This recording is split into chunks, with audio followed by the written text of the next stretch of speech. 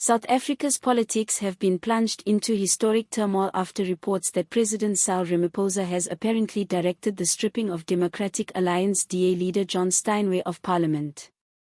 The development, which most are referring to as the most extraordinary since the beginning of democracy, has put the public, opposition parties and civil society organizations into a state of absolute shock. This dramatic turn of events is occurring at a time when the nation is already under a great economic crisis, high levels of unemployment, a persistent energy crisis, and a series of political scandals which have undermined the credibility of government institutions. On this volatile background, the reported attempt to silence one of the country's most vocal opposition leaders has evoked alarm over democratic backsliding and raised unsettling questions about whether the ANC government is drifting toward authoritarianism. Tensions between Steinway and President Ramaphosa have been simmering for months. However, Steinway has not let up on his attacks against the ANC, accusing Ramaphosa of corruption scandals, state-owned enterprises mismanagement, and what he has termed a total betrayal of South Africa's people. In hot parliamentary exchanges, he repeatedly rolled out Ramaphosa's vulnerabilities, leaving the president and his supporters openly frustrated and on the back foot. His ascetic rapidity and unflinching demeanor have earned him both hero status among opposition ranks and thorn in the side of the ANC. The president's patience may have at last reached breaking point. According to political sources, it is reported that Ramaphosa, incensed by Steinway's increasingly brazen onslaught and influence over public opinion, has effectively sought to have him expelled from parliament completely. If true, this would be a dramatic increase in political tensions and an unprecedented move within the nation's democratic age. Steinway's response has been outrage blended with incredulity. In an interview with DA officials and supporters mere hours after news was announced, he called the reported action a desperate and reckless effort by a besieged president to stifle the truth. "This is not about John Steinway," he read in a hotly worded statement. "This is about the principle of democracy itself. If the president can silence one voice in parliament today, why can't he silence all opposition tomorrow? South Africa's democracy is under attack." He promised to fight back, asserting that neither he nor his party would let the ANC bully its way into silencing opposition. The DA moved swiftly to denounce the reported order, but the outrage did not end there. Other opposition parties surprisingly also expressed alarm. The Economic Freedom Fighters, EFF, the DA's usual bitter competitors, called the action a gross abuse of power. The Inot Freedom Party, IFP, cautioned that if this was tolerated, South Africa would be on the path to becoming a hidden dictatorship. Even smaller political parties such as the Freedom Front Plus and Action SA chimed in, urging Ramaphosa to confirm whether the reports were accurate. Beneath political differences, however, the message was clear. Parliament cannot and should not be converted into a forum from which only the voice of the ANC is heard.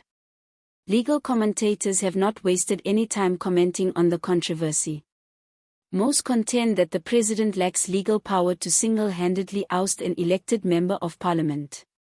The Constitution explicitly safeguards members of parliament from arbitrary dismissal, and the act would almost certainly invite a constitutional challenge.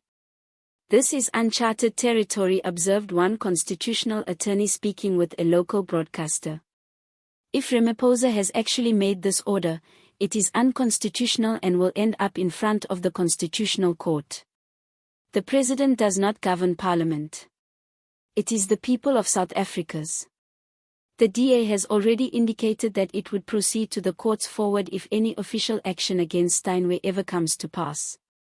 Party sources indicate that legal groundwork is already in motion, and some are already pushing for emergency debates in Parliament to call the president to book. This court battle, should it ever materialize, could establish a precedent that redefines the dynamic between the legislature and the executive. Regular South Africans reacted in outrage and incredulity.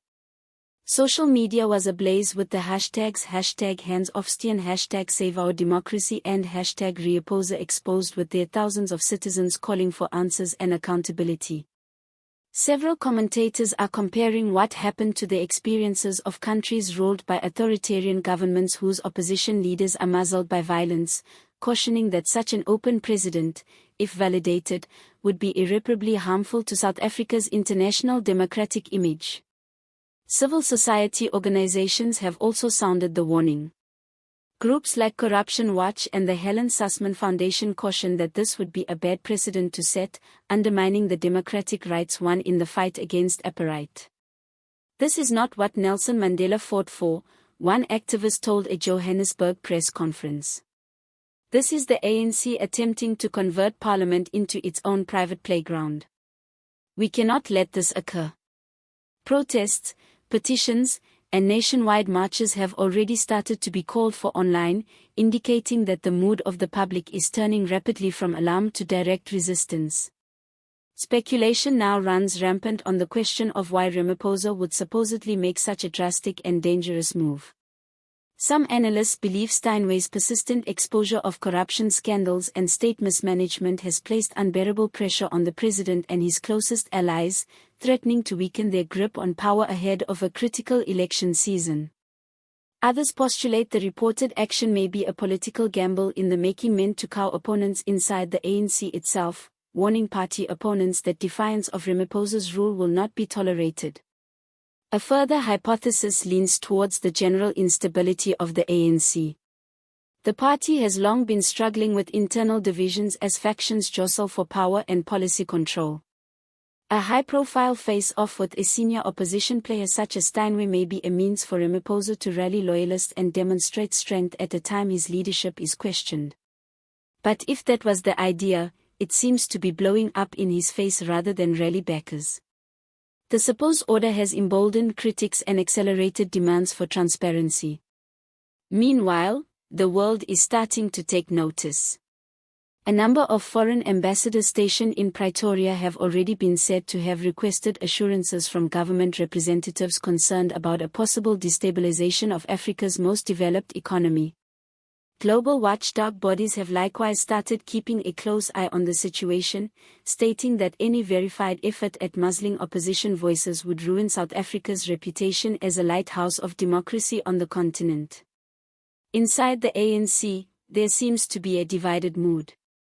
Party diehards have dismissed the rumors as groundless and intended to destabilize the ruling government. But others in private confess that such a step, if true, would prove politically catastrophic. Hushed murmurs of discontent are spreading among ANC ranks who worry the party's already battered image could be irretrievably damaged.